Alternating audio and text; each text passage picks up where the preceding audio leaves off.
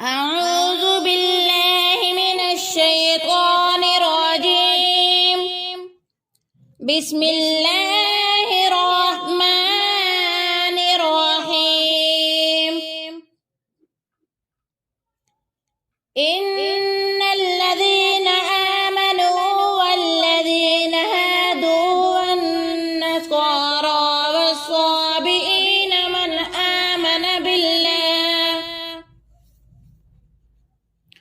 من آمن بالله واليوم الآخر وعمل صالحا فلهم أجرهم عند ربهم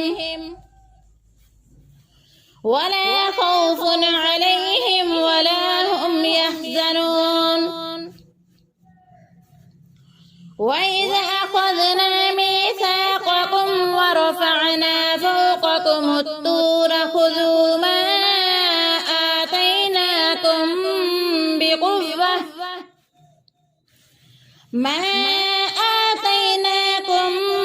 بقوة واذكروا ما فيه لعلكم تتقون. ثم توليتم من بعد ذلك فلولا فضل الله عليكم ورحمته لكنتم من الخاسرين. ولقد علمتم الذين اعتدوا منكم في السبت فقلنا لهم كونوا قردة خاسئين فجعلناها نكالا لما بين يديها وما خلفها وموعظة للمتقين. وإذ قال موسى لقومه إن الله يأمركم أن تذبحوا بقرة قالوا أتتخذنا هزوا قال أعوذ بالله أن أكون من الجاهلين.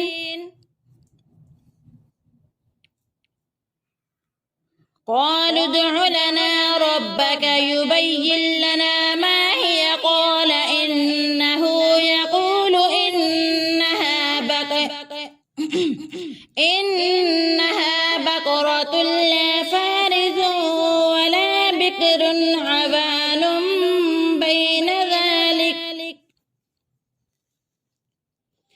بين ذلك ففعلوا ما تؤمرون.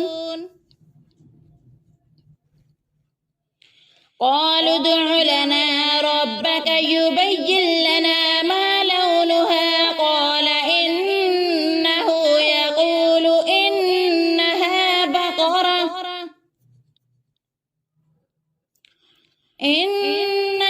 بقرة صفراء فاقع لونها تسر الناظرين.